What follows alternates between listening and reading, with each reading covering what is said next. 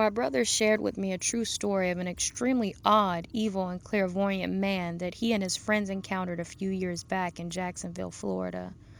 My brother and his buddies were drinking at a bar when a strange man approached them. My brother described that at first he felt merely perturbed by the presence of this man because he looked like a hanger-on who was trying to butt into the conversation.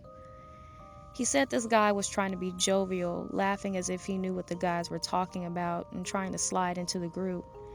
His appearance was more of a nuisance than anything else at this point, and none of the guys seemed interested in talking to this stranger, but he managed to make his way into the circle. My brother said that out of nowhere, the mood of this stranger changed completely, and so did the subject matter as he asked my brother's friend, "If I could give you anything, what would it be?" At first, the friend laughed it off, but the stranger let it be known by his tone that he was completely serious. And he asked him again, "If I can give you anything."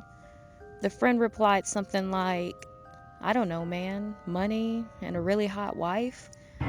Well, things got really weird when the stranger admitted how he could do things for people in exchange for their soul.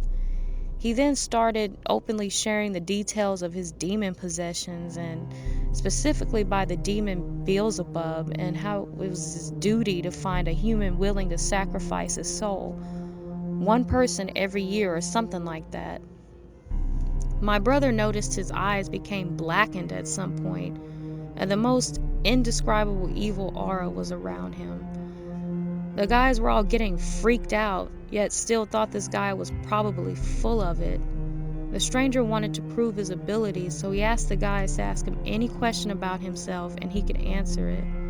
So my brother's friend asked, "Okay, what is my mom's name?" And the demon man answered, "Kelly," with an I, which was absolutely correct. At this point, being all completely freaked out, the guys decided to get the heck out of there. What stands out most to my brother is the incredible, evil, creepy, inexplicable feeling that he had and his friends all witnessed firsthand. I wanted to share this story as it amazed me to no end. The problem is, it is very creepy to retell, as I don't even like mentioning that demon's name.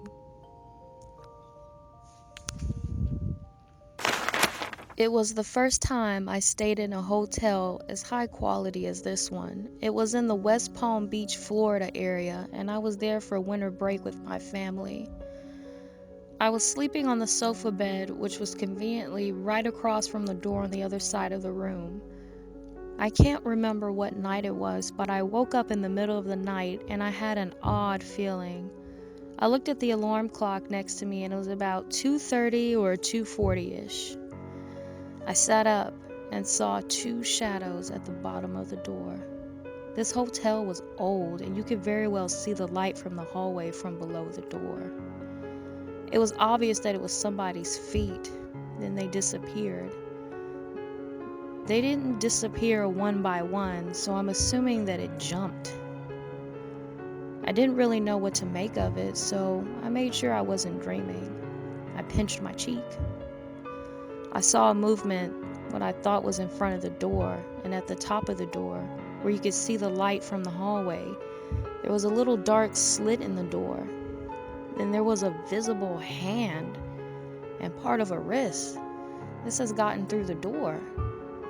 I was way too shocked to scream, so I just laid back down and tried to fall back asleep. I honestly don't know what that was, so if somebody could explain this event to me, that would be great. And I forgot to mention earlier, this hotel used to be a hospital. I've talked to a lot of the other people staying at the hotel, and a few of them also seen some paranormal activity throughout the hotel. There was a story about a guest at the same hotel. He said that it was about 2003. He was in the elevator, and for some reason, the third floor, the elevator doors opened and nothing was there. He didn't think much of it at the moment, so he just pressed the button that shut the doors and continued to go up to the 7th floor. He said he noticed that then this perfume smell just made the whole elevator smell like flowers. He said that he was a little weirded out, but he didn't dwell too much on the smell. He thought he just failed to notice it when he just first stepped into the elevator. Once he got to the 7th floor, he stepped out and he could still smell the perfume in the hallway. He started walking and he could still smell it. Then he was turning the corner to go right. You could either go right or left. The perfume smell seemed to go to the left. He then changed his course to go to the left hallway. Then this is when he started to wonder if it was a ghost wandering the hotel. So he jogged to see if he could catch up to the ghost. He did. Then he said that the smell all of a sudden just disappeared. He assumed that it went through a wall.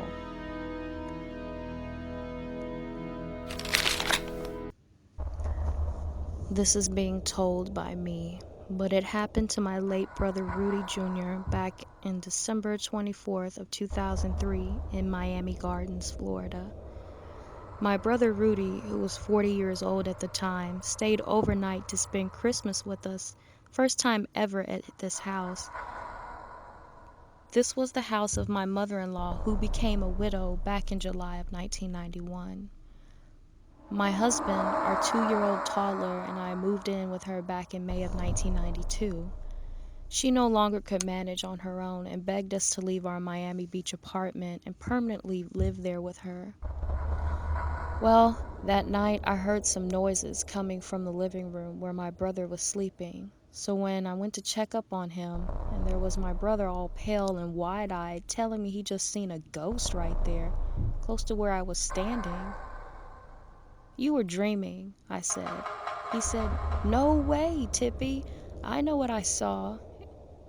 It was only the head and shoulders floating right there looking at me, staring at me.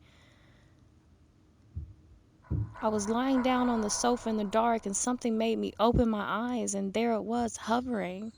It was a man just looking at me. I blinked and he was gone. Then you came over." The next morning, after hanging out most of the night with my brother, we finally realized the visitor was my dead father-in-law. It had been his birthday on the 24th of December, and he probably was surprised by a stranger in the house. He had a chair that had been removed after he passed, and that was his favorite spot where my brother saw the ghost. He had never visited us ever until after that night. I just think he was just curious. It was just a visit from the dead.